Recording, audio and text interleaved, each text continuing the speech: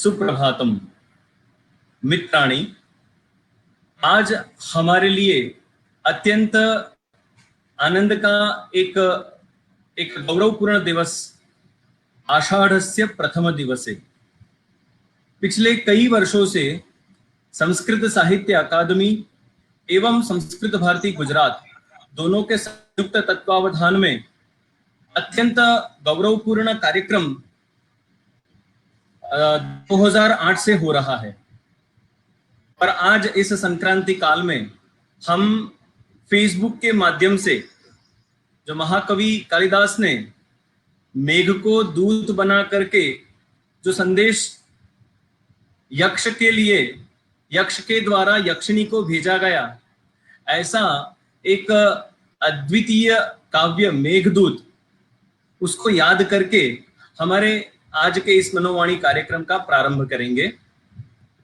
सबसे पहले मैं आपको मेघदूत का वह श्लोक सुनाता हूं। तस्मिन् नद्रौ कतिचित् बला विप्रयुक्तस्य कामी नीत्वा मासान् कनकवलय भ्रंशरिक्त प्रकोष्ठः आषाढ़स्य प्रथम दिवसे मेघमाश्लिष्ट सानुम वप्रक्रीडा परिणत गज प्रेक्षणीयम ददर्श। कालिदास ने जब आषाढ़ के प्रथम दिवस पर आकाश में मेघ उमड़ते देखे तो उनकी कल्पना ने उड़ान भरकर उनसे यक्ष और मेघ के माध्यम से विरह व्यथा का वर्णन करने के लिए मेघदूत की रचना करवा डाली। उनका विरही यक्ष अपनी प्रेयसी के लिए छटपटाने लगा और फिर उसने सोचा कि शाप के कारण तत्काल अलकापुरी लौटना तो उसके लिए संभव नहीं है, इसीलिए क्यों न संदेश भेज दिया जाए। कहीं ऐसा न हो कि बादलों को देखकर उनकी प्रिया उसके विरह में प्राण दे दे। और कालिदास की यह कल्पना उनकी अनन्य कृति बन गई। तो मेरे प्यारे मित्रों, संस्कृत भारती गुर्जर प्रांत एवं सौराष्ट्र प्रांत दोनों के संयुक्त उपक्रम से आयोजित आज के इस मनोवाणी कार्यक्रम में, यद्यपि हम जानते हैं आषाढ़स्य प्रथम दिवसे आषाढ़ोत्सव और कवि कालिदास जयंती संस्कृतोत्सव के रूप में मनाई जाती है, तो मैं आज के हमारे अतिथि विशेष का परिचय करवाऊं उससे पहले हम कवि कालिदास को याद करते हुए एक प्रसिद्ध चिरपरिचित गीत का श्रवण करेंगे। गीत है कालिदासो जने जने कंठे कंठे संस्कृतम कालिदासो जने जने कंठे कंठे संस्कृतम ग्रामे ग्रामे नगरे नगरे ग्रामे ग्रामे नगरे नगरे गेहे गेहे संस्कृतम कालिदासो जने जने कंठे कंठे संस्कृतम सरला भाषा मधुरा भाषा सरला भाषा मधुरा भाषा दिव्य भाषा संस्कृतम कालिदासो जने जने कंठे कंठे संस्कृतम कालिदासो जने जने कंठे कंठे संस्कृतम मुनिजन वाणी कविजन वाणी मुनिजन वाणी कविजन वाणी बुधजन वाणी संस्कृतम कालिदासो जने जने कंठे कंठे संस्कृतम कालिदासो जने जने कंठे कंठे संस्कृतम जने जने रामायण चरितम जने जने रामायण चरितम प्रियजन भाषा संस्कृतम कालिदासो जने जने कंठे कंठे संस्कृतम कालिदासो जने जने कंठे कंठे संस्कृतम। आज मनोवाणी के इस नए सत्र में हमारे बीच जो महानुभाव उपस्थित हैं, उनका परिचय करवाने का मुझे डॉक्टर गोपाल उपाध्याय भारतीय शिक्षक प्रशिक्षण संस्थान के अध्यापक को अवसर मिला, तो मैं अपने आप को अहोभाग्यशाली महसूस करता हूं। हमारे आज के मनोवाणी कार्यक्रम के अतिथि विशेष एवं जिनके मनोभाव हम यहाँ पर श्रवण करेंगे, ऐसे परमादरणीय प्रोफेसर डॉक्टर रामशंकर दुबे जी, केंद्रीय विश्वविद्यालय गुजरात के माननीय कुलपति महोदय, हमारे सबसे पहले मैं संस्कृत भारती गुजरात की ओर से, संस्कृत भारती सौराष्ट्र प्रांत की ओर से आपका अंतःकरणपूर्वक स्वागत करता हूं। आपका डॉक्टर प्रोफेसर रमाशंकर दुबे जी का संक्षिप्त परिचय अगर मैं करवाऊं तो 22 नवंबर 2019 से आप केंद्रीय विश्वविद्यालय गुजरात गांधीनगर के कुलपति हैं। इससे पहले श्री रमाशंकर दुबे जी ने तिलका मांझी भागलपुर विश्वविद्यालय बिहार में कुलपति के रूप में और गुरु घासीदास विश्वविद्यालय बिलासपुर छत्तीसगढ़ में भी कुलपति के रूप में कार्य किया है। आपने 20 वर्षों तक बनारस हिंदू विश्वविद्यालय BHU में जैव रसायन के प्रोफेसर के रूप में भी कार्य किया है। आप MSc के साथ उत्कृष्ट शैक्षणिक रिकॉर्ड रखते हैं। बनारस हिंदू विश्वविद्यालय से बायोकेमिस्ट्री की डिग्री 1976 में और PhD के क्रम में प्रथम स्थान पर रही। 1980 में बनारस हिंदू विश्वविद्यालय से बायोकेमिस्ट्री में डिग्री प्राप्त करके 43 साल का शैक्षणिक अनुभव और 36 साल से शिक्षण का अनुभव रहा है। आपने 9 वर्षों से अधिक समय तक 4 कार्यकालों के लिए बनारस हिंदू विश्वविद्यालय में जैव रसायन विभाग के प्रमुख के रूप में कार्य किया है। प्रोफेसर दुबे जी ने H इंडेक्स 46 और I10 इंडेक्स 100 के साथ 12,500 से अधिक उद्धरणों के साथ 157 वैज्ञानिक लेख एवं पुस्तकें प्रकाशित की हैं, जिनमें से 12,500 से अधिक तो उद्धरण हैं। आपने 30 छात्रों को PhD पदवी में संशोधन कार्य में मार्गदर्शन किया है। आपकी देखरेख में उन्होंने, क्षमा कीजिएगा, आपने विभिन्न एक्स्ट्रामोरल फंडिंग एजेंसियों द्वारा वित्त पोषित 7 प्रमुख अनुसंधान परियोजनाओं को पूरा किया है। आपकी अनुसंधान विशेषज्ञता जैव रसायन में है, जिसमें फसल, पौधों, जीवाणु, एंटेरोटॉक्सिन और एंजाइम प्रौद्योगिकी में तनाव चयापचय पर जोर दिया गया है। प्रोफेसर दुबे जी प्लांट बायोकेमिस्ट्री और बायोटेक्नोलॉजी में कई राष्ट्रीय एवं अंतरराष्ट्रीय पुरस्कार प्राप्त कर चुके हैं, जिनमें से 1976 में बनारस हिंदू विश्वविद्यालय पदक, 1982 में ISCA युवा वैज्ञानिक पुरस्कार, 1989 में Swedish institute of fellowship, Japan society promotion of science fellowship भी शामिल है। 1998 2005 INSA Germany academy of science exchange programme का नामांकन 1997, 2003, 2007 और 2003 से 2008 के लिए एल्सेवियर प्रकाशन द्वारा शीर्ष 10 सबसे उद्धृत लेखक पुरस्कार आपने प्राप्त किए हैं। ऐसे कई सारे शीर्ष पुरस्कार, ऐसे कई सारे शीर्ष पदों पर आपने अपना अमूल्य योगदान, अमूल्य मार्गदर्शन किया है। वैसे अगर आपका परिचय करने जाऊं तो मुझे शिव महिम्न स्तोत्र का असित गिरि समम स्यात् कज्जलम सिंधु पात्रे यह श्लोक कहने का मन करता है, क्योंकि आपका परिचय अत्यंत विशद है और मैंने यहाँ पर संक्षिप्त में जो कुछ भी अत्यंत विशिष्ट है उसको रखने का प्रयास किया है। एक और बात बताएं तो वैज्ञानिक निकायों के जीवन सदस्य के रूप में professor Dubey ji journal of agronomy and crop science Germany के संपादकीय बोर्ड में सदस्य और भारतीय कृषि जैव रसायन विज्ञान के सदस्य के रूप में सेवारत है। और एक विशेष बात, आप एक श्रेष्ठ कवि भी हैं।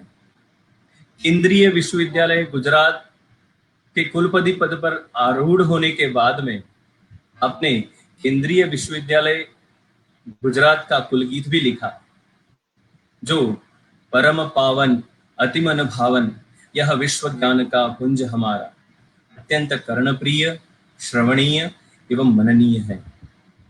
ऐसे हमारे अत्यंत मूर्धन्य विद्वान परमादरणीय कुलपति श्री प्रोफेसर रमाशंकर दुबे जी, मैं आपसे करबद्ध निवेदन करता हूं, आज संस्कृत महानुभावानां मनोवाणी इस कार्यक्रम में आप अपने मन के भाव व्यक्त कीजिए। प्रोफेसर रमाशंकर दुबे जी, धन्यवाद। बहुत बहुत धन्यवाद। संस्कृत भारती गुजरात के तत्वावधान में इस आयोजित मनोवाणी कार्यक्रम में मैं आप सभी को प्रणाम करता हूं और विशेषकर मैं आभार व्यक्त करता हूं श्री हिमांजल पालीवाल जी का, डॉक्टर कृष्ण प्रसाद निरोला जी का, डॉक्टर जितेंद्र भाई ब्रह्म भट्ट जी का और संस्कृत भारती के राष्ट्रीय अध्यक्ष सोमनाथ संस्कृत विश्वविद्यालय के कुलपति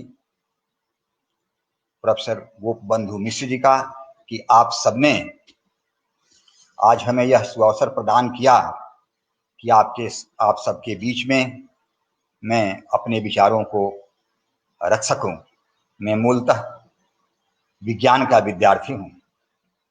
आज जैसा कि बताया गया, आज आषाढ़ मास के शुक्ल पक्ष की प्रतिपदा तिथि है और आज कालिदास दिवस है। तो सर्वप्रथम मैं आप सबको संस्कृत भाषा के महाकवि और नाटककार महाकवि कालिदास जी के जन्म दिवस के अवसर पर, कालिदास दिवस के अवसर पर आप सबको बहुत बहुत शुभकामनाएं देता हूं, बहुत बहुत बधाई देता हूं। महाकवि कालिदास की रचनाओं में, उनके काव्यों में, उनके नाटकों में श्रुति मूलकता को विशेष रूप से प्रतिपादित किया गया है। हम कहें तो कवि कुलगुरु कलाधर संस्कृत कविता कानन केसरी महाकवि कालिदास संस्कृत काव्याकाश के अलौकिक ज्योति विहंग हैं।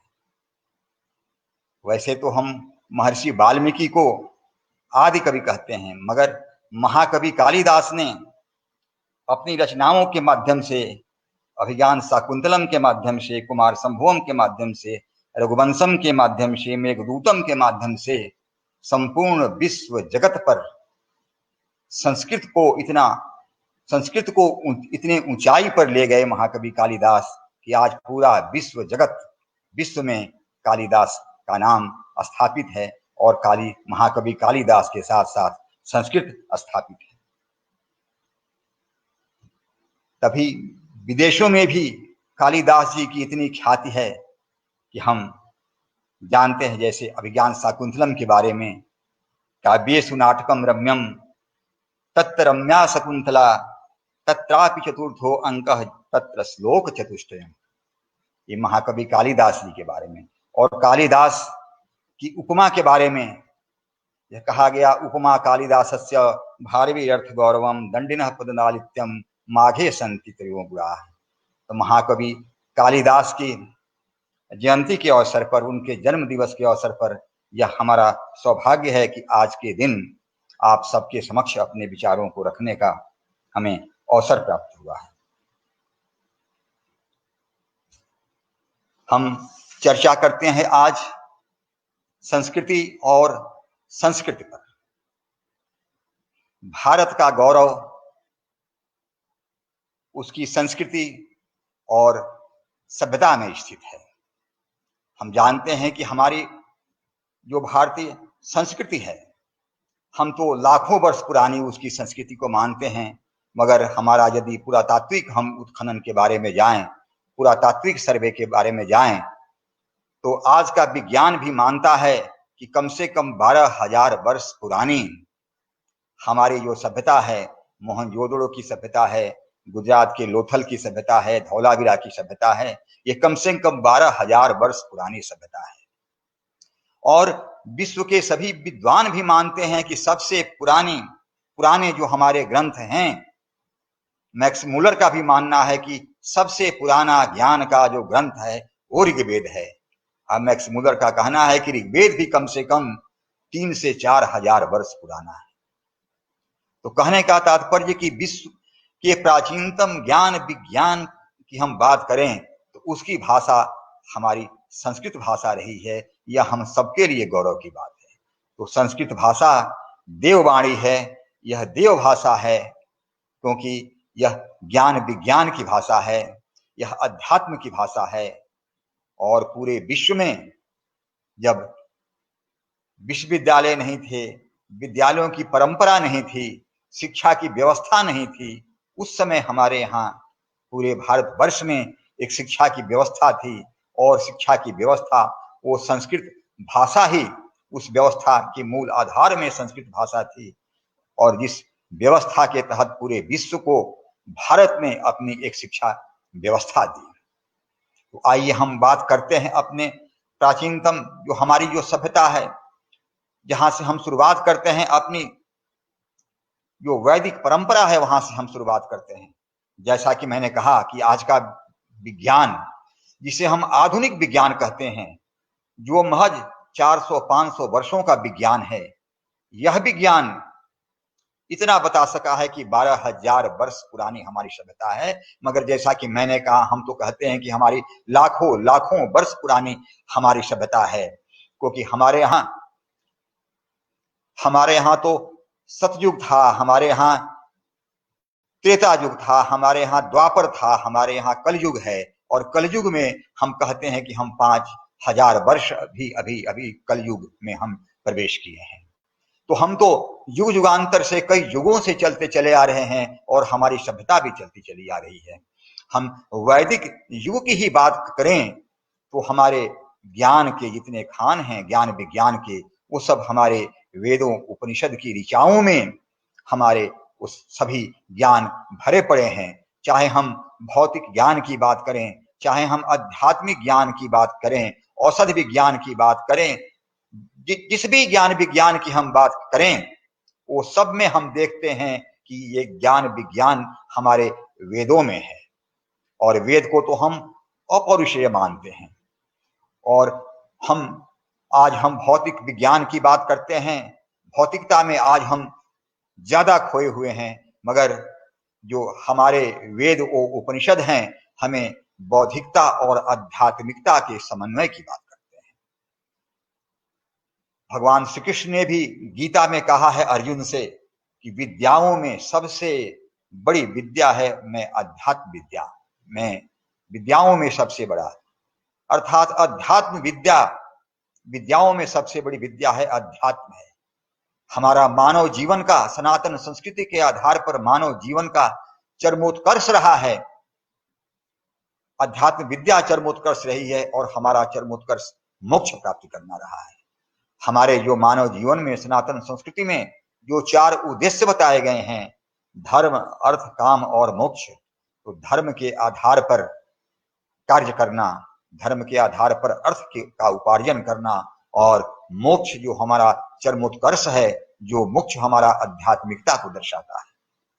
हमारे वेद जो संस्कृत भाषा में हैं, ये इसकी व्याख्या करते हैं, ब्रह्म की, ब्रह्मांड की, जीव जगत की व्याख्या करते हैं, जीवात्मा की, माया की, ब्रह्म की और सृष्टि की व्याख्या कहीं मिलता है तो हमारे वेदों में है। और हमारे वैदिक काल में जिस प्रकार स्त्रियों का महत्व था, पुरुषों का महत्व था, जिस प्रकार विद्वान थे ऋषि महर्षि से, उसी प्रकार विदुषियां भी हमारे यहाँ थीं।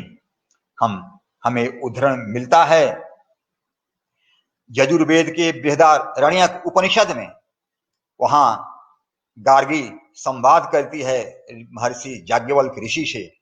गार्गी पूछती हैं महर्षि याज्ञवल्क ऋषि से कि ऋषिवर, ब्रह्म का स्वरूप क्या है, परम ब्रह्म कौन है, ऋषिवर हमें बताएं। कहते हैं याज्ञवल्क ऋषि, अहम ब्रह्मास्मि, मैं ही ब्रह्म हूं।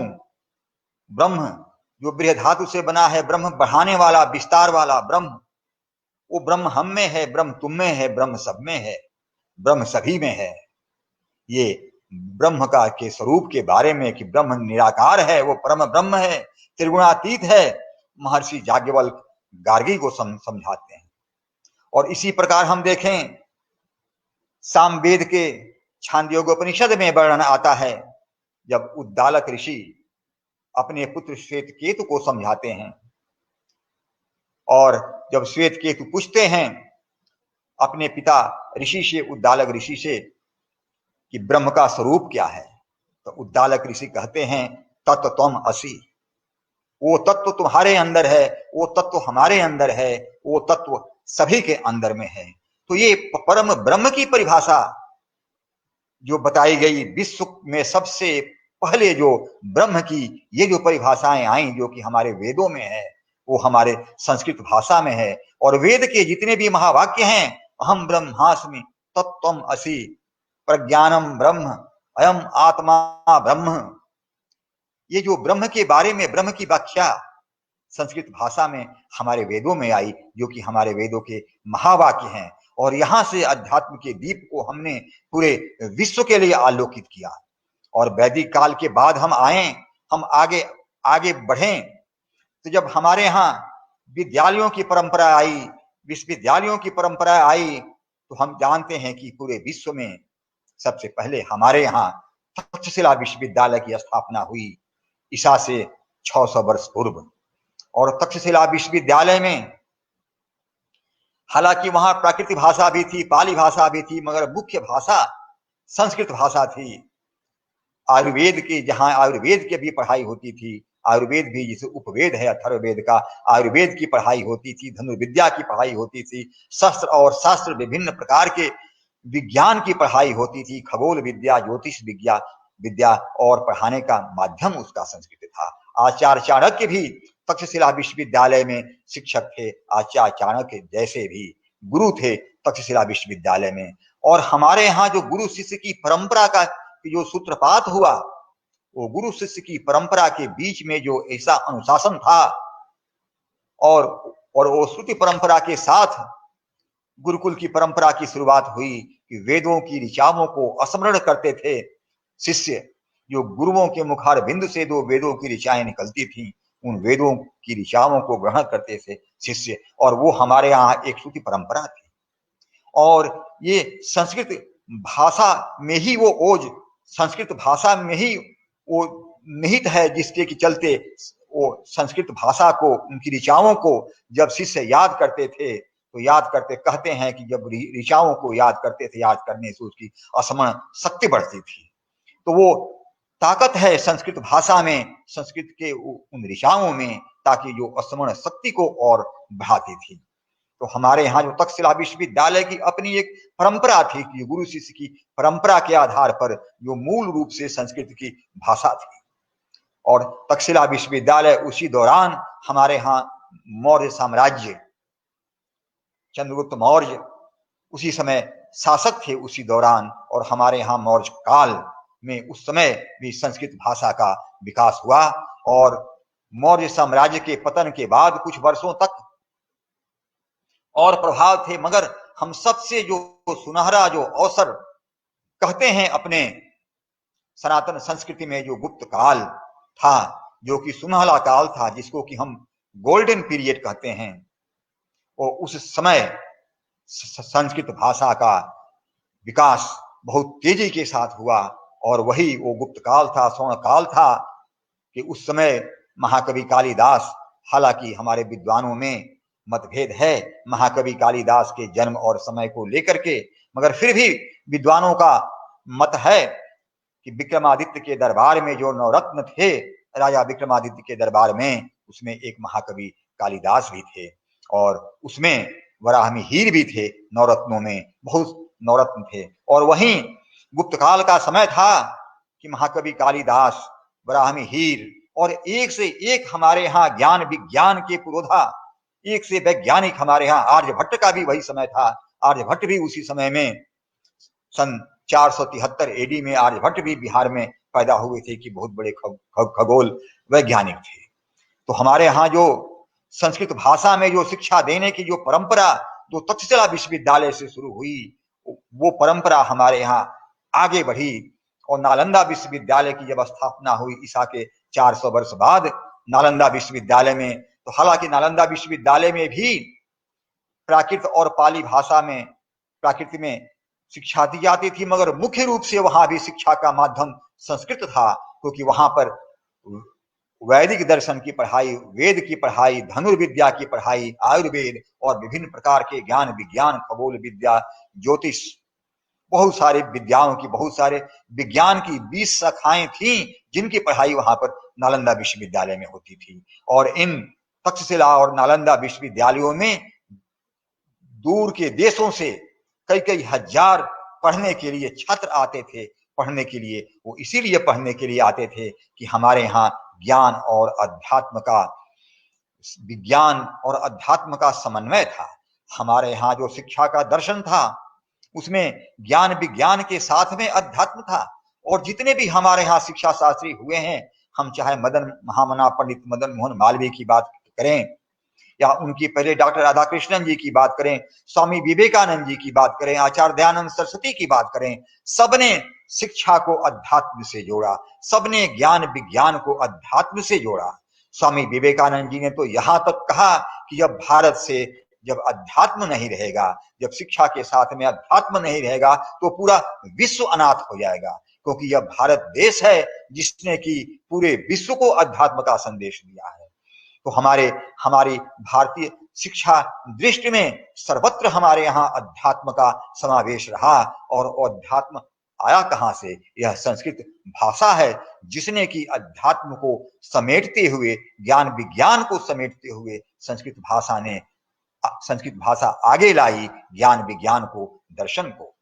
तो हमारे यहाँ तक्षशिला की परंपरा से फिर नालंदा विश्वविद्यालय, नालंदा की परंपरा हुई। उसके बाद 8वीं सदी में, ईसा के बाद 8वीं सदी में विक्रमशिला विश्वविद्यालय की स्थापना हुई, उदंतपुरी विश्वविद्यालय की स्थापना हुई। और ये सारे विश्वविद्यालयों में शिक्षा का माध्यम मुख्य रूप से संस्कृत था, क्योंकि संस्कृत में हमारे यहाँ ज्ञान विज्ञान की इतनी सामग्री थी, अथाह सामग्री भरी हुई थी।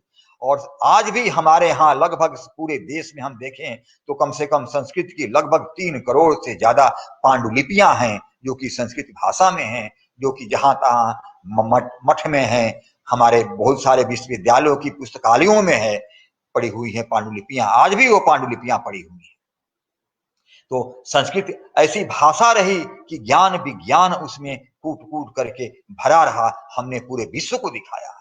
हम संस्कृत भाषा में विज्ञान की चर्चा करें, हमने तो ज्ञान की चर्चा की, वेदों की चर्चा की। वेद तो खुद ही, वेदों में विज्ञान भरा हुआ है, जो भी हम सोच सकते हैं, कला विज्ञान धर्म, सारी विविध कलाएं, विविध विज्ञान सभी भरे हुए हैं वेदों के अंदर में। मगर उसके बाद हम चलें भारत की, हम ज्ञान विज्ञान परंपरा की बात करें तो ईसा से लगभग 600 वर्ष पूर्व महर्षि कणाद की हम बात करें, उदाहरण के तौर पर लें, हम आज भी परमाणु शास्त्र के जनक यदि हम मानते हैं तो हम महर्षि कणाद को मानते हैं। महर्षि कणाद ने संस्कृत भाषा में, महर्षि कणाद ने वैशेषिक सूत्र की रचना की और महर्षि कणाद ने बताया ईसा से 6वीं शताब्दी पूर्व में कि ये भौतिक विज्ञान में सबसे छोटा से छोटा जो पार्टिकल कण, हम आज उसको परमाणु कहते हैं। महर्षि कणाद ने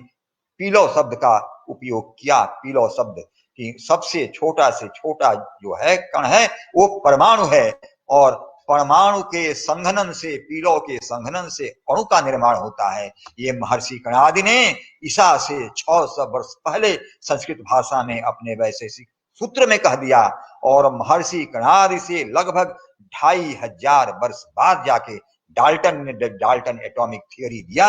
तब उसके बाद से एटम के और परमाणु के सिद्धांत को जो पाश्चात्य के विद्वानों ने बताया, वैज्ञानिकों ने बताया, तब जाकर के उसको हम समझने लगे। तो ये तो हमारे यहाँ ज्ञान विज्ञान का धरोहर कितने कितने हजारों हजारों वर्षों से है।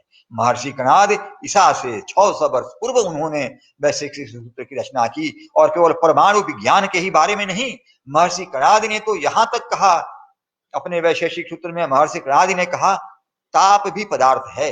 हीट को भी महर्षि कणाद ने पदार्थ माना। जब तक कि हम लोग अब तक नहीं माने, जब तक कि आइंस्टीन ने 20वीं शताब्दी में आकर के आइंस्टीन ने जब कहा E = mc², एनर्जी = मास और c velocity of light square.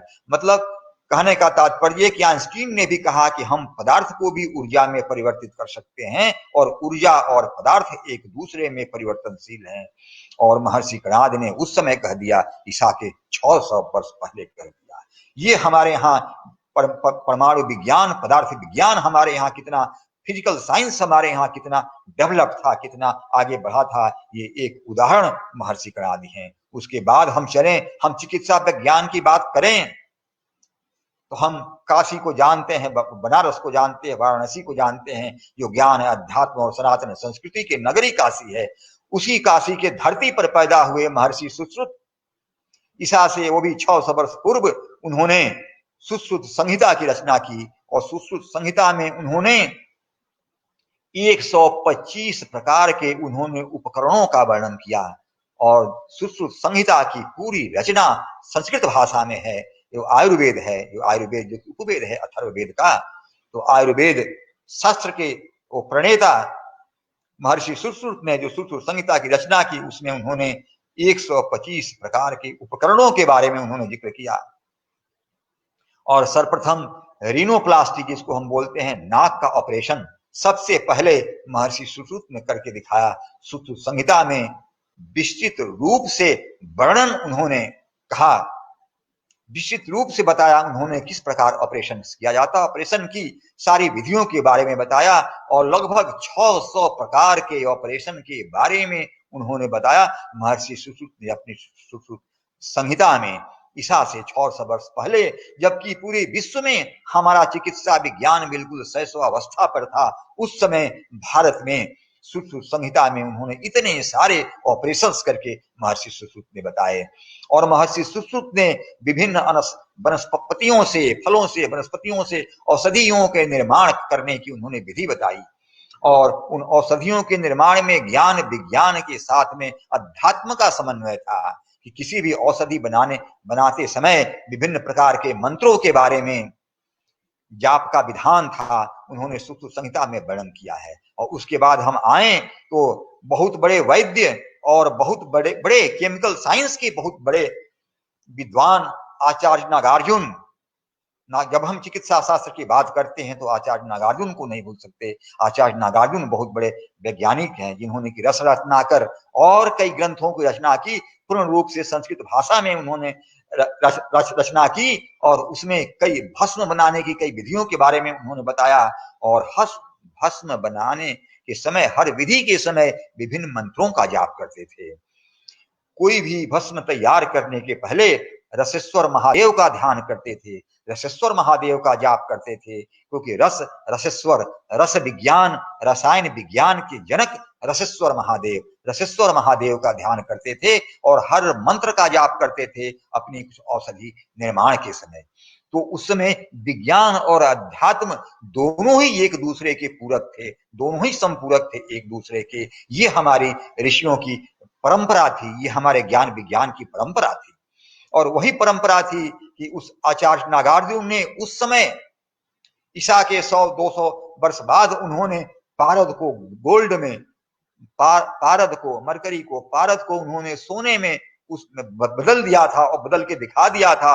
वो विधि थी। जबकि आज तक भी हम अभी वैज्ञानिक युग में यहाँ तक आकर के हम नहीं कर पाए हैं, पारद को हम गोल्ड में नहीं कन्वर्ट कर पाए हैं। वो मेंडलीव ने अपना पीरियाडिक टेबल दिया 19वीं शताब्दी में, तब हम आज जा करके आज समझ पाए हैं कि भारत का एटॉमिक नंबर 80 है और गोल्ड का एटॉमिक नंबर 79 है। एक प्रोटॉन हम निकाल देंगे तो ये गोल्ड बन जाएगा भारत से। हम केवल सैद्धांतिक तौर पर आज तक जान पाए हैं, मगर आचार्य नागार्जुन उस समय प्रायोगिक तौर पर करके दिखा दिए थे। ये हमारी संस्कृत भाषा थी, ये हमारे संस्कृत के विद्वानों की विद्वता थी कि उन्होंने उस समय वो करके दिखाया। उसके बाद हम आगे बढ़े तो अथाह एक तारतम्य, एक परंपरा है हमारे यहाँ विद्वानों की और संस्कृत भाषा में उन ग्रंथों की रचना की। हमने आर्यभट्ट की बात की, ईसा से 473 वर्ष बाद पैदा हुए थे आर्यभट्ट, जिन्होंने मात्र 23 वर्ष की उम्र में आर्यभट्ट ने आर्यभट्टियम की रचना की संस्कृत भाषा में। और आर्यभट्टियम की रचना में उन्होंने सर्वप्रथम पूरे विश्व को उन्होंने बताया कि पृथ्वी अपनी धुरी पर पृथ्वी चारों ओर चक्कर काटती है और सूर्य की ओर चक्कर काटती है। ये सर्वप्रथम आर्यभट्ट ने बताया। और आर्यभट्ट ने दशमलव के बारे में विस्तृत रूप से बताया और दशमलव के 4 अंकों तक उन्होंने गणना कैसे की जाती है उन्होंने बताया। आर्यभट्ट ने पाई जो 22.7 पाई का दशमलव के 4 अंकों तक व्याख्या करके उन्होंने बताया। शून्य को प्रतिस्थापित किया पूरे विश्व पटल पे आर्यभट्ट ने। आज हम वो शून्य जो कि कंप्यूटर में हर जगह की शून्य के बारे में उन्होंने विस्तृत रूप से पूरे विश्व को बताया, तो वो हमारे आर्यभट्ट थे। आर्यभट्ट ने ही कैलकुलेट करके सूर्य की अपने पृथ्वी की गति के बारे में उन्होंने बताया, विभिन्न ग्रहों के बीच की दूरी के बारे में बताया। ये आर्यभट्ट थे। आर्यभट्ट के बाद हम आते हैं आर्यभट्ट के ही समकालीन राजा विक्रमादित्य के दरबार में नवरत्नों में से एक वराहमिहिर, जो कि बहुत बड़े ज्योतिष के विज्ञानी, बहुत बड़े खगोल विज्ञानी वराहमिहिर, सबसे पहले पूरे विश्व को ये वराहमिहिर ने बताया कि हम चंद्रमा में, ग्रहों में, तारों में जो हम रोशनी देखते हैं, ये रोशनी इनकी अपनी नहीं है, बल्कि ये रोशनी सूर्य के द्वारा ली गई रोशनी है, सूर्य के द्वारा दी गई रोशनी है। तो ये तारों की चमक के बारे में, चंद्रमा की चमक के बारे में, चंद्रमा की रोशनी के बारे में सर्वप्रथम पूरे विश्व को जो बताया वो वराहमिहिर ने बताया। और वो सारी रचनाएं वराहमिहिर की वो संस्कृत भाषा में थी। पूरा ज्ञान विज्ञान उस संस्कृत भाषा में था। तो आर्यभट्ट ने जो बताया, वराहमिहिर ने जो बताया, और आर्यभट्ट के बताने के लगभग कम से कम 1000 वर्ष बाद जाकर के कोपरनिकस ने जब वो सिद्धांत दिया पृथ्वी के बारे में, सूर्य के बारे में, चक्कर, ग्रहों के चक्कर के बारे में, कोपरनिकस ने 1000 वर्ष बाद जब सिद्धांत दिया, तब उस सिद्धांत को हम मानने लगे, वो पूरा दुनिया के लोग उसको मानने लगे। मगर हमारे यहाँ तो ये ज्ञान विज्ञान की परंपरा हजारों वर्षों से है, जो कि संस्कृत भाषा के ग्रंथों में बंद है। भले ही इन ग्रंथों को अरब देशों से होते हुए यूनान ले जाया गया, कहां ले जाया गया, और उसके बाद लोगों ने व्याख्या की। आज हम न्यूटन के गति के बारे में जानते हैं कि न्यूटन ने 3 सिद्धांतों, गति के 3 सिद्धांत दिए, और महर्षि कणाद ने उनके वैशेषिक सूत्र को हम लेकर के देखें तो हम पाते हैं कि महर्षि कणाद ने उसी समय गति के नियम, गति के सिद्धांतों के बारे में बताया था, जो कि व्याख्या आज न्यूटन ने की है, महर्षि कणाद ने उसी समय कर दिया था। तो हम आर्यभट्ट के बाद, वराहमिहिर के बाद हम एक से एक हम आगे बढ़ते जाएं तो हमारे यहाँ ज्ञान विज्ञान की इतनी परंपरा थी कि उसी संस्कृत भाषा में हमारे यहाँ गुरुकुल की परंपरा स्थापित हुई। अब प्रसिद्ध अर्थशास्त्री एंगस मेडिसन लिखते हैं वर्ल्ड इकोनॉमी में कि भारत पहली शताब्दी से लेकर के 18वीं शताब्दी तक हम जाकर के देखें तो हमारे यहाँ ज्ञान विज्ञान की, पठन पाठन की इतनी प्रगाढ़ व्यवस्था थी कि पूरे विश्व के इकोनॉमी में, वर्ल्ड के इकोनॉमी में भारत का कंट्रीब्यूशन 20 से 25% का हुआ करता था, क्योंकि हमारे यहाँ उस समय ज्ञान विज्ञान की व्यवस्था थी, हमारे यहाँ गुरु शिष्य की व्यवस्था थी, अनुशासन की व्यवस्था थी, गुरुकुल की व्यवस्था थी, पढ़ाई की व्यवस्था थी, और गुरुकुल की भाषा मुख्यतः भाषा वो संस्कृत भाषा थी। और ये संस्कृत भाषा के चलते ही हमारी ये संस्कृति थी कि जो संस्कृति पूरे हमारे देश को एकीकृत करने वाली वो संस्कृति थी, हमारी आध्यात्मिक संस्कृति थी, जिस आध्यात्मिक संस्कृति की भाषा संस्कृत भाषा है। और पूरे देश में हमारे एकात्मता थी, पूरे देश में हमारे यहाँ एकीकरण था, और देश में एकीकरण इसीलिए था कि हमारी संस्कृत भाषा हमारे यहाँ उतनी मजबूत थी। और इसका केवल हमारे यहाँ नहीं, हमारे यहाँ जितने भी भ्रमण करने के लिए विदेशी आए, मेगास्थनीज आया चंद्रगुप्त मौर्य के समय, हुएनसांग आए बाद में, उसके बाद हम 1835 तक भी जाकर के देखें तो मैकाले की शिक्षा नीति लागू की गई, जिसके द्वारा जिसने कि हमारी सांस्कृतिक व्यवस्था को हमारे छिन्न भिन्न करने का प्रयास किया मैकाले ने। वो मैकाले पूरा घुमा, उत्तर से दक्षिण तक, पूरब से पश्चिम तक जाकर के जो ब्रिटिश पार्लियामेंट में मैकाले ने वक्तव्य दिया, तो मैकाले ने कहा कि वह वहां की इतनी सांस्कृतिक एकता है पूरे देश के अंदर, भले ही उसमें वहां विविधता हो और तरीके से, मगर पूरे देश में सांस्कृतिक एकता है, एक तरह से एकात्मता है पूरे देश के अंदर, उनके अंदर। और वो एकता क्यों है कि उनके अंदर वो स्पिरिचुअल पावर है, उनके अंदर वो सांस्कृतिक शक्ति है, और सांस्कृतिक शक्ति आधारित है उनके अंदर आध्यात्मिक शक्ति के ऊपर, कि उस देश को सांस्कृतिक विरासत को जब तक हम नहीं तोड़ा जाएगा, जब तक कि उनको, तब तक जब तक कि मानसिक रूप से उनको हम गुलाम नहीं करेंगे, तब तक हम भौगोलिक रूप से उनको हम गुलाम नहीं कर सकते। ये वक्तव्य मैकाले ने दिया था ब्रिटिश पार्लियामेंट में। तो ये हमारे यहाँ जो सांस्कृतिक एकता जो स्थापित थी पूरे हमारे देश के अंदर, वो सांस्कृतिक एकता को स्थापित करने में जो आध्यात्मिक एकता का योगदान था, वो आध्यात्मिक एकता को बनाने वाली जो हमारी संस्कृति थी, उस संस्कृति के निर्माण में संस्कृत भाषा का योगदान था।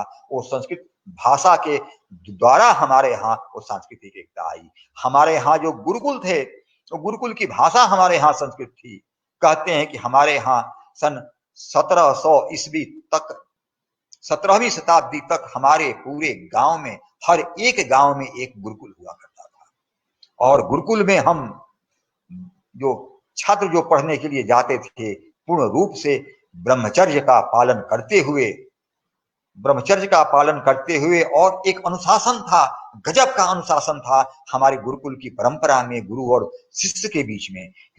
कि जब शिष्य जब जाता था गुरु के पास में, तो अपने माता पिता को भूल करके वो गुरु का परिवार ही उसका परिवार हो जाया करता था। और अजीब सा घनिष्ठता थी, अजीब अनुशासन था। और इस प्रकार अनुशासन था गुरु और शिष्य के बीच में, कि चाहे वो किसी भी घर के रहने वाले हों, शिष्य किसी भी आर्थिक रूप से संपन्न हो या गरीब हो। हम जानते हैं महर्षि संदीपनी मुनि के आश्रम में कृष्ण और सुदामा जब पढ़ने के लिए जाते थे, तो कृष्ण दूसरे आर्थिक रूप से सशक्त थे, सुदामा नहीं थे, मगर दोनों ही जंगल की लकड़ियां लाते थे, दोनों ही गुरु का पैर दबाते थे। अनुशासन दोनों के लिए ही उतना था। ये हमारे यहाँ गुरु शिष्य की परंपरा थी। और हर ज्ञान विज्ञान में गुरु आध्यात्मिक शक्ति देते थे। तो हमारे यहाँ ज्ञान और अध्यात्म का समन्वय था, और ज्ञान अध्यात्म का अद्भुत समन्वय था। और ये समन्वय शुरू से लेकर के आखिर तक ये संस्कृत भाषा के ऊपर ये जिम्मेदारी थी, कि संस्कृत भाषा ने उस जिम्मेदारी को ढोया था। हाँ, और हम जाएं तो 16वीं 17वीं शताब्दी तक हमारे यहाँ संस्कृत भाषा थी। और जब मुगलों के आने से जब अरबी फारसी भाषा का जो प्रचलन बढ़ने लगा, तो निश्चित रूप से शासन की तरफ से उसके लिए प्रोत्साहन मिलने लगा अरबी फारसी को। और जब अंग्रेज आए, तो अंग्रेज तो जैसे अंग्रेजियत हमारे ऊपर थोपे, हमको गुलाम बनाए। तो इस प्रकार से हमारी संस्कृत भाषा, जो कि हमारी भारत की एकता की प्रतीक हमारी संस्कृत भाषा है, वो संस्कृत भाषा धीरे धीरे लोगों का रुझान उसके बाद कम होता चला गया। और विशेष करके आधुनिक विज्ञान की वजह से, क्योंकि आज का जो आधुनिक विज्ञान है, जो कि तर्क पर आधारित है, जो कि भौतिकता पर आधारित है, वो आध्यात्मिकता से हटता गया। मगर हमारी जो भारतीय मेधा शक्ति है, वो भारतीय मेधा शक्ति शुरू से ही, प्रारंभ काल से ही हमने भौतिकता को आध्यात्मिकता के साथ जोड़ करके देखा है। हमने शिक्षा को भी आध्यात्मिकता से साथ जोड़ करके देखा है। हमने, हमारे जो पूरे ऋषि महर्षि थे, वो कभी भी जब व्यक्तित्व की विकास की बात करते थे, गुरुकुल में हमारे गुरु जब शिष्य के व्यक्तित्व की विकास करते थे, तो हम ज्ञान की बात नहीं करते थे। हम ज्ञान अपने अंदर लेकर के मनुष्य की विकास की बात करते थे, तो हम शरीर, मन, बुद्धि और आत्मा की विकास की बात करते थे।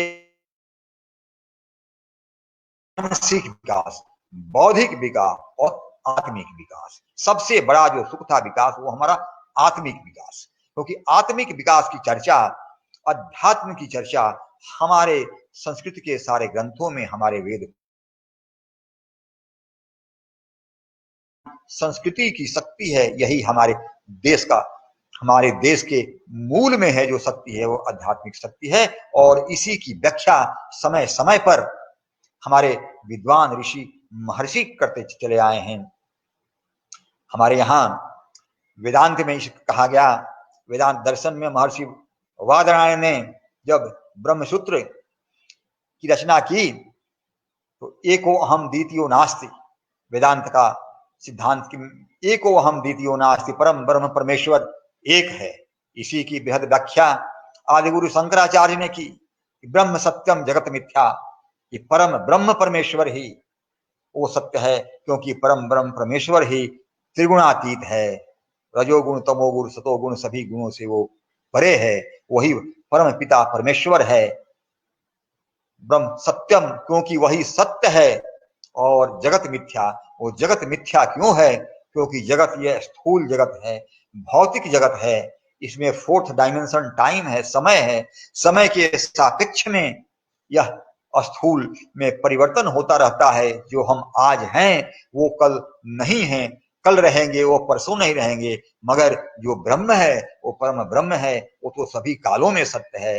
वो परम ब्रह्म परमेश्वर ही इसीलिए सत्य है। इसीलिए इसी को जगत गुरु शंकराचार्य ने विश्व के समक्ष रखा कि वो सत्य है, वो परम ब्रह्म सत्य है।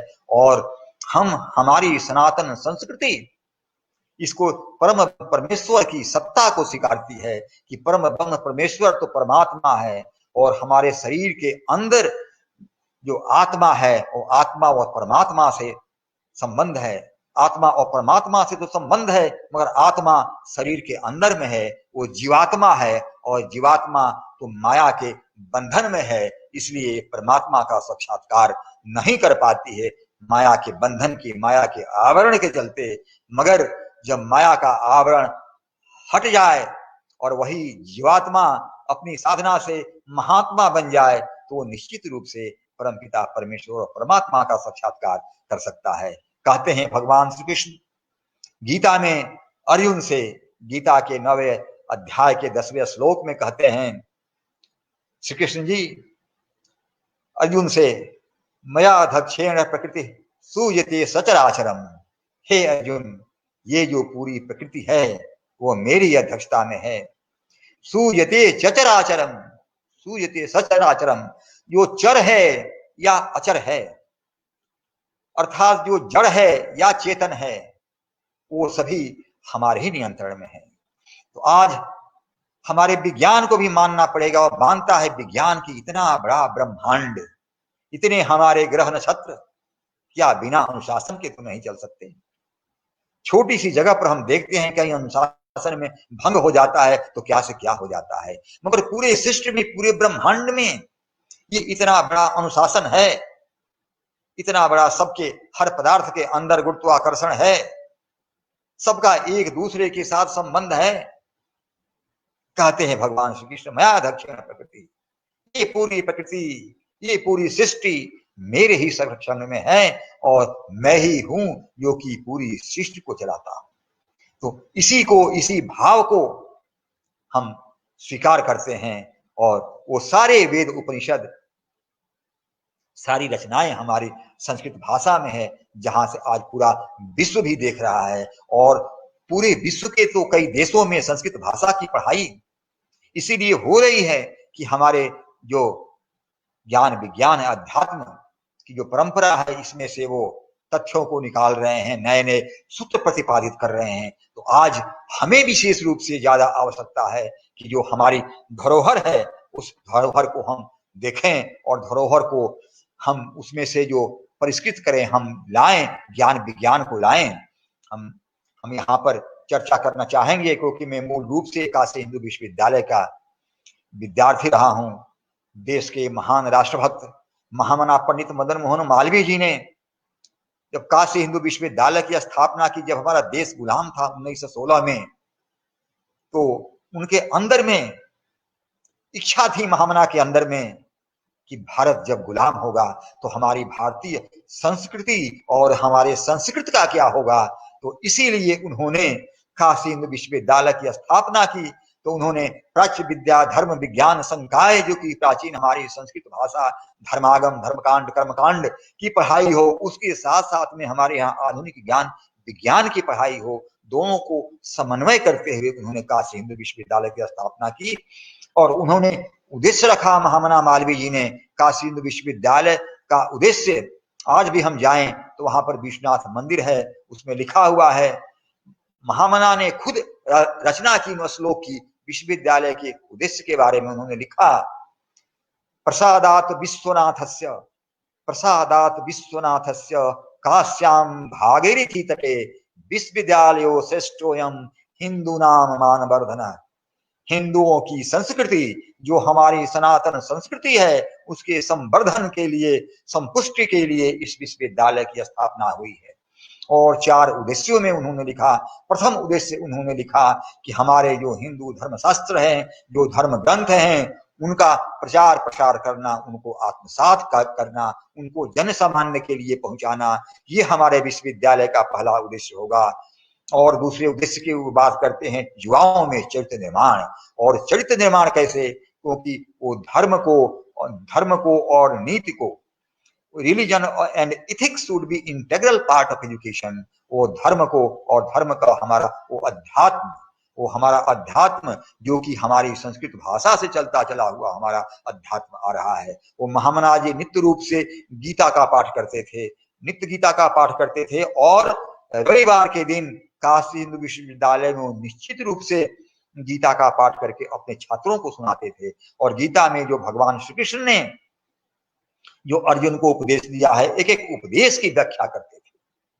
क्योंकि हमारे अध्यात्म में, जो संस्कृत भाषा में जो हमारे यहाँ वेद उपनिषद, जो हमारे यहाँ ग्रंथ हैं, जो अध्यात्म का जो वर्णन है, वो जो शिष्ट का वर्णन है, आज भी हमारे यहाँ आधुनिक विज्ञान वहां तक नहीं पहुंच पाया है।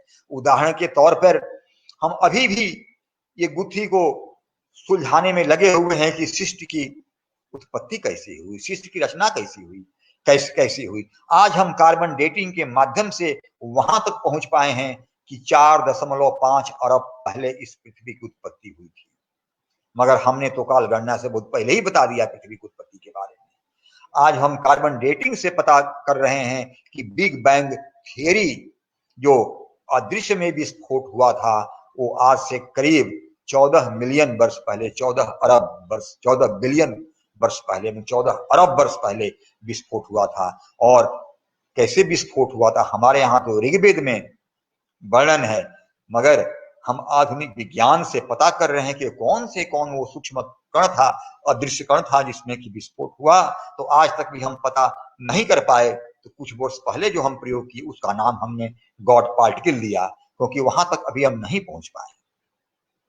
तो धीरे धीरे हम पहुंचने के, आधुनिक विज्ञान से हम पहुंचने का प्रयास कर रहे हैं, जो कि आधुनिक विज्ञान इतनी भाषाओं में है, अंग्रेजी भाषाओं में है, हम पहुंचने का प्रयास कर रहे हैं। हम वहां तक अभी नहीं पहुंच पाए हैं, जो कि हमारे यहाँ ज्ञान विज्ञान की हमारे यहाँ खान है। और जो हमारे यहाँ संस्कृत भाषा में, हमारे वेदों में, हमारे उपनिषद में, हमारे ऋषि महर्षियों द्वारा निर्मित ग्रंथों में है। तो आज विशेष रूप से हमें आवश्यकता है कि हम उन ग्रंथों को देखने के लिए, और विशेष रूप से आवश्यकता है हमारी संस्कृत भाषा को, उसकी जो प्रतिष्ठा है, संस्कृत भाषा की जो प्रतिष्ठा थी, उसी प्रतिष्ठा पे उसको लाने की हमको आवश्यकता है। यहाँ मैं उद्धृत करना चाहूंगा, आजाद भारत के इतिहास में बाबा साहब भीमराव अम्बेडकर जी ने प्रयत्न किया था। उन्होंने कहा था कि हमारे देश की राजभाषा संस्कृत को बनाया जाए, क्योंकि संस्कृत ही पूरे देश को एकता के सूत्र में बांध सकती है।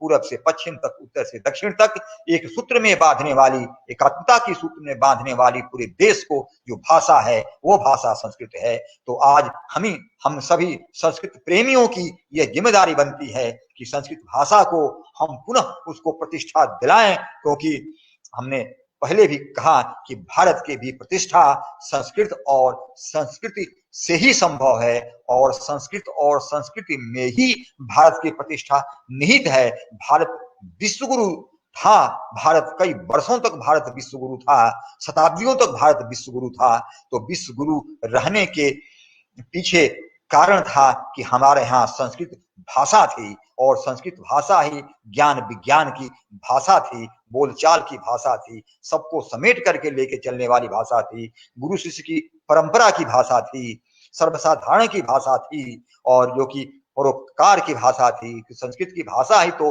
अयम निजः परोवेति गणना लघुचेतसाम उदार चरिता नाम हेतु वसुधैव कुटुंबकम, वसुधैव कुटुंबकम की जो परिकल्पना है वो परिकल्पना हमारे संस्कृत भाषा में, संस्कृत भाषा लेकर के चली। आज के दिन जो कालिदास दिवस है, मैं पुनः महाकवि कालिदास दिवस के अवसर पर आप सबको पुनः बहुत बहुत बधाई देता हूं और अपनी वाणी को विराम देता हूं, और पुनः बहुत बहुत मैं आभार व्यक्त करता हूं आप संस्कृत भारती से जुड़े हुए सभी आप विद्वत जनों का, कि आप सबने मुझ जैसे व्यक्ति को भी, मुझे भी आप अपने बीच कुछ अपनी बातों को आपने कहने का अवसर दिया। बहुत बहुत बहुत बहुत साधुवाद, बहुत बहुत धन्यवाद।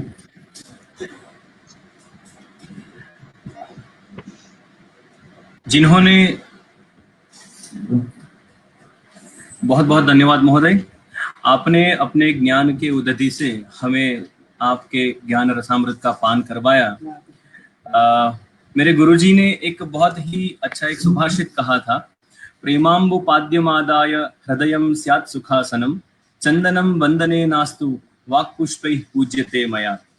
संगठन की ओर से प्रेम रूपी जल से आपका अभिषिंचन करते हुए, आपके चरणों को पखालते हुए, हृदय रूपी आसन पर आपको विराजमान करते हुए, और चंदन नहीं है तो वंदन से आपको चंदन करते हुए आपका अभिवादन करते हैं। संगठन की ओर से आपका ऋण स्वीकार करते हैं। पुनः आपके ज्ञानामृत का पान करने का अवसर मिलता रहेगा, ऐसी अभिलाषा के साथ इस कार्यक्रम को यहाँ संपन्न करते हैं। जय तु संस्कृतम, जय तु भारतम। धन्यवाद महोदय।